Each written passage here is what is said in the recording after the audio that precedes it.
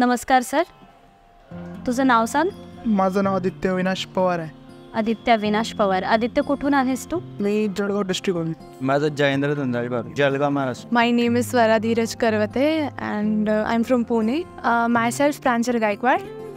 Myself Sarthak Gaikwad. माझं नाव सूरज रामदास शेळके, जालना महाराष्ट्र येथून आहे. हर्षल अरविंद इंगळे, हे बुलढाण्यावर. सिद्धार्थ पुणे. कुठल्या युनिव्हर्सिटीला फ्लाय करतोस? मी आता ओम स्टेट मेडिकल युनिव्हर्सिटी रशियाला. ओम स्टेट युनिव्हर्सिटी आम्ही सिलेक्ट केली त्यासाठी. आम्ही ओम्स युनिव्हर्सिटी घेतली. ओम स्टेट युनिव्हर्सिटी मेडिकल युनिव्हर्सिटी. ओम स्टेट मेडिकल युनिव्हर्सिटी. ओम स्टेट मेडिकल युनिव्हर्सिटी चूज करण्यामागे तुझं रिझन काय होतं? रिझन कारण की ते खूप कम्फर्टेबल होतं. तिथे सर्व त्यांचं खूप साऱ्या हॉस्पिटलसोबत ॲफिलिएटेड आहे. सो तिथे एक जो एक्सपोजर आपल्याला वाटते की कमी असेल तर त्याची काही चिंता नाही आहे. तो एक्सपोजरही चांगला आहे. वरतून तिथे हॉस्टेल्स वगैरेही छान येतं. कम्पॅरेटिव्हली बाकी सर्वांपेक्षा ते एक बेटर ऑप्शन. ॲब्रॉड ठरलेलं, पण कुठे जायचं अशा 2-3 आम्ही जर थोडंसं सर्च केलं तर फेसबुकवर ह्यांना मिळालं जस्ट की एज्युकेशन वाईब्स म्हणून. त्यांना लगेच त्यांनी तुम्हाला कॉन्टॅक्ट केला. तुम्ही म्हणाल की लगेच आपली ओरिएंटेशन प्रोग्राम आहे अंधेरीला, आणि आम्ही आलो संडेला आणि तुमच्यावर इंटरॅक्शन झालं. बाकी सगळ्यांचे एक्सपिरियन्स ऐकले आणि म्हणजे बाकी सगळे पाहिले आम्ही डिटेल्स. तर त्याच्यामध्ये आम्ही ठरलं की ठीक आहे, ओम्स is okay, it's absolutely fine. आणि त्यामुळे स्टेट युनिव्हर्सिटी ओम स्टेट युनिव्हर्सिटी आम्ही सिलेक्ट केली त्यासाठी. ॲक्च्युली आम्ही ह्याच्या अगोदर दुसरी युनिव्हर्सिटी बघत होतो आणि साईड बाय साईड आम्ही सगळेच कम्पेअर करत होतो. म्हणजे आम्ही भरपूर बघितल्यानंतर ना आम्ही एवढे क्रायटेरियाज काढले की का वेगळी आहे ओम्स. तर पॉप्युलेशन वाईज आणि म्हणजे इयर वाईज आणि सर्वात ओल्डेस्ट आहे. आणि असं वाटलं की जेवढी ओल्डेस्ट असेल तेवढी ती एक्सपिरियन्स्ड असेल मुलांबाबतीत किंवा, आणि इंडियन्स पण तिथे जास्त होतात. ओके, म्हणून आम्ही ओम्स युनिव्हर्सिटी घेतली. ओके. खरं जर सांगायचं झालं तर माझा रिपीटचाच निर्णय होता.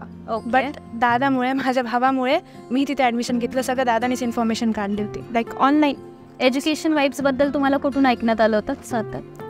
मॅम, मी गुगलवर फक्त रजिस्ट्रेशन केलं ते 1-2 काउन्सिलर्सकडे, पण तुम्ही कॉन्टॅक्ट केलं त्यावरनं कळालं.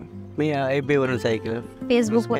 आम्ही असे ॲड बघितली होती फेसबुकवर. तर तिथून आम्ही कॉन्टॅक्ट काढले. मग कॉन्टॅक्टची सरशी बोललो.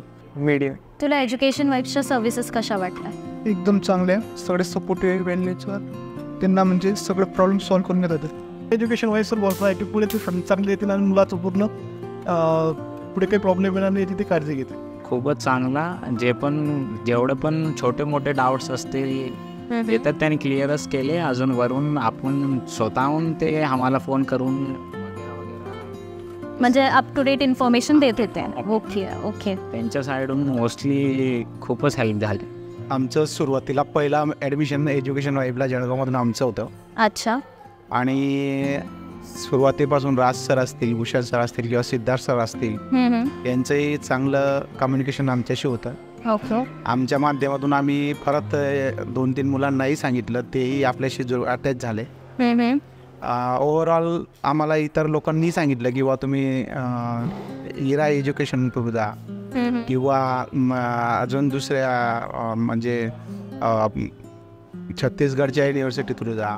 ओके, म्हणजे बेसिकली इंडियातच ॲडमिशन करा असं म्हणत होते. हा, इंडियात नाही, ॲब्रॉड पण जायचं असेल तर तुम्ही इकडनं जा, आमच्याकडनं जा. अच्छा. हां, परंतु आमचं असं मत होतं किंवा जर जळगावमध्ये जर आहे आपल्याला अवेलेबल सर्व जर सुविधा मिळत आहेत तर आपण त्या का घ्यायच्या नाही.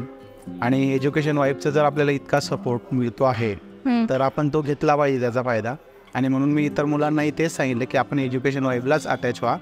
आणि त्यानुसार आम्ही सर्व आमचे जवळ 2-3 मित्रांची मुलं आम्ही सर्व, म्हणजे जयेंद्र सोबत आणखी त्याचे 2-3 मित्रही जातात.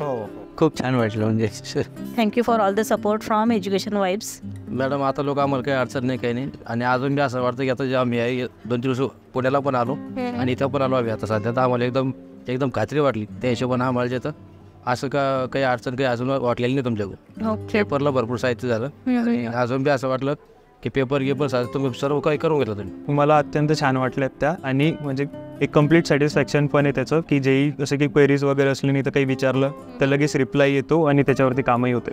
सर्व्हिसेस मॅम तुम्ही खूप चांगल्या दिल्यात. आणि आम्ही कधीही काही क्वेरी घेऊन आलो समजा तुमच्याकडे, तर तुम्ही त्या क्वेरीला आन्सर करायचं ट्राय केलं आहे. सो एक्सपिरियन्स आत्तापर्यंत चांगला चालला आहे. त्याचं समोरचं पण चांगलंच होईल. ठीक आहे. भीती वाटते का जाण्यासाठी? नाही.